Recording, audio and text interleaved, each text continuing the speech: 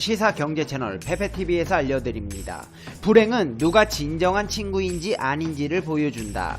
고대 그리스 철학자 아리스토텔레스가 한 말인데요. 이처럼 좋을 때는 한없이 좋아 보이지만 그 사람의 진가가 드러나는 순간은 어려움에 처해 있을 때입니다.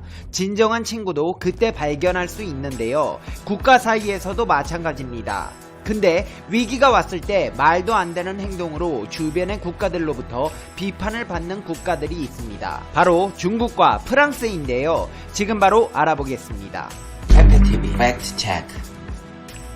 세계 모두가 힘들어하는 현 사태로 인해 힘겨운 시간을 보내고 있는 와중에 현 상황을 그래픽화한 모습과 이탈리아 전통 음식인 파스타를 희화한 일이 있어 주목을 받았습니다. 중국 출신의 세계적인 설치미술 작가인 아이 웨이웨이가 현 사태를 이탈리아 파스타에 빗댄 농담을 SNS에 올려 이탈리아 국민들의 공분을 산 것인데요. 아이 웨이웨이는 최근 자신의 인스타그램에 현 사태는 파스타와 같다. 중국인이 발명해서 이탈리아인들이 세계로 퍼뜨렸다. 라는 글과 함께 사진을 올렸습니다.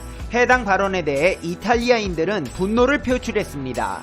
아이 웨이웨이는 지난 2008년 베이징 올림픽 메인 스타디움 냐오차오의 설계에 참여했으며 인스타그램 팔로워는 57만 명으로 세계에서 가장 영향력 있는 예술인으로 선정된 사람입니다. 이렇게 미술계에 영향력 있는 인물이 어린이도 해서는 안 될 철없는 행동을 한 것입니다. 그가 올린 사진을 접한 이들은 대부분 재미없다, 적절하지 않다, 남의 비극을 유머의 소재로 삼는 건 좋은 행동이 아니다, 그런 농담은 불쾌하다는 반응을 보였습니다. 이같이 철없는 행동을 한 것은 중국뿐만이 아니었는데요. 프랑스도 합류해 눈살을 찌푸리게 했습니다. 프랑스 한 민영방송이 이탈리아의 전통 음식인 피자를 소재로 현 사태 확산을 통제하는 방송을 내보내 이탈리아에서 격양된 반응을 보이며 논란이 되고 있는데요. 이탈리아 주재 프랑스 대사가 나폴리 피자를 공개적으로 먹으며 사과했지만 이탈리아 시민사회의 분노는 여전히 사그라들고 있지 않습니다. 사건의 발단이 된 계기는 프랑스 민영방송 카날 플러스에서 방영된 한 프로그램에서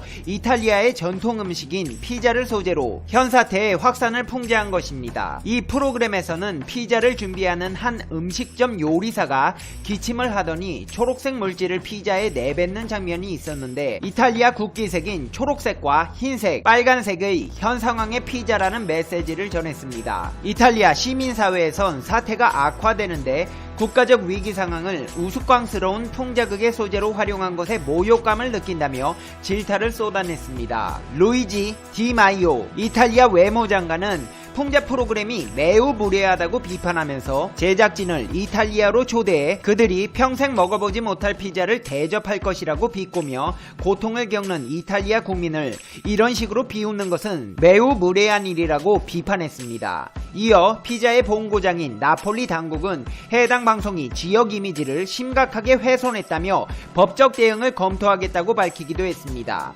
이탈리아의 반발이 확산하자 프랑스 방송사는 문제의 영상을 자사 웹사이트에서 삭제하고 주 프랑스 이탈리아 대사관에 사과 서한을 보냈습니다. 이에 디마이오 이탈리아 외무장관은 크리스티앙 마세 주 이탈리아 프랑스 대사를 초청해 로마 중심가의 유명 나폴리 피자 식당에서 점심을 함께했습니다.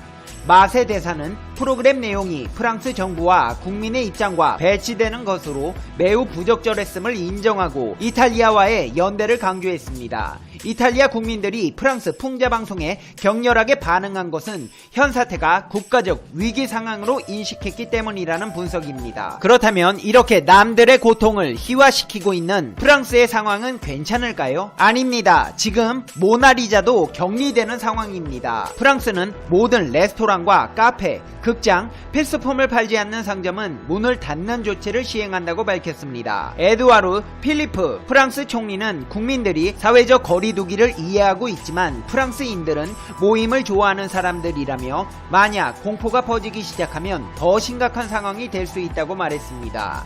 프랑스 정부는 100명 이상의 모임을 금지하고 모든 학교를 문 닫도록 했으며 회사들은 재택근무를 하도록 요청했습니다. 대중교통은 계속 운영하지만 정부는 도시간 이동을 자제해달라고 호소했습니다. 종교시설은 폐쇄하지 않지만 행사와 모임은 연기되며 프랑스는 지방선거는 예정대로 진행하기로 했는데 국민들에게 투표할 필기구를 투표장으로 직접 가져와 달라고 요청했습니다. 전 세계인의 사랑을 받는 관광 명소인 에펠탑 루브르 박물관도 무기한 문을 닫았습니다. 에펠탑 관리 트윗 계정 라투어 에펠에 따르면 에펠탑은 무기한 개장을 연기한다고 했습니다.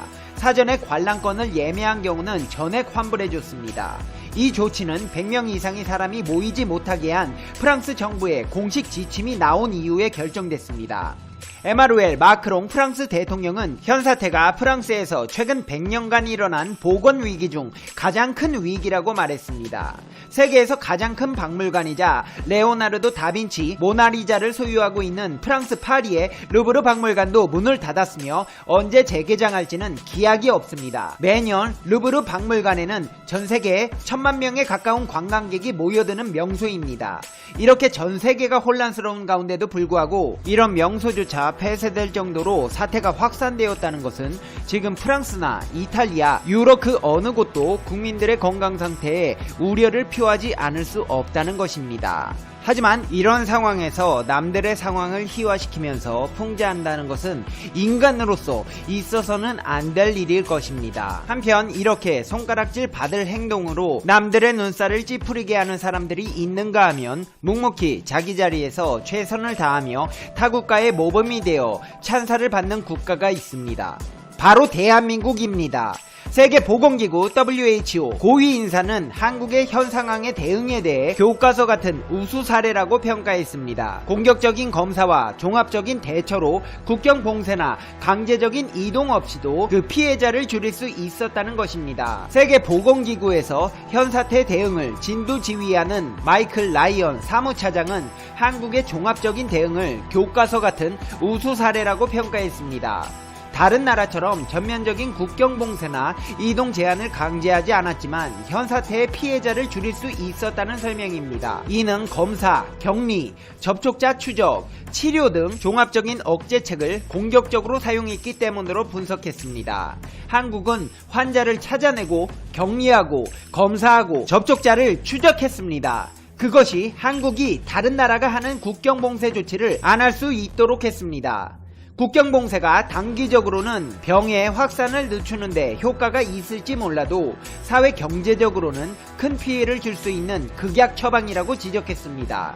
그러면서 적절한 시기에 제한적으로 사용해야 한다고 강조했습니다. 여기에 부연하여 오늘날 유럽은 모두 다 봉쇄되었는데 그것은 경제에 큰 피해를 입힐 것이라며 현 사태의 백신 개발 과정이 비교적 빨리 진행되고 있다면서 치료약과 백신의 임상시험에 들어간 곳도 있다고 전했습니다. 일본 도쿄올림픽에 대해서는 올림픽과 올림픽을 지원하는 모든 사람들의 최선을 위해 결정될 것이라고 전망했습니다. 영국의 BBC 또한 한국이 고전하는 다른 나라들의 롤모델이라고 했고 워싱턴 포스트는 한국이 민주주의 강점을 보여줬다고 했습니다.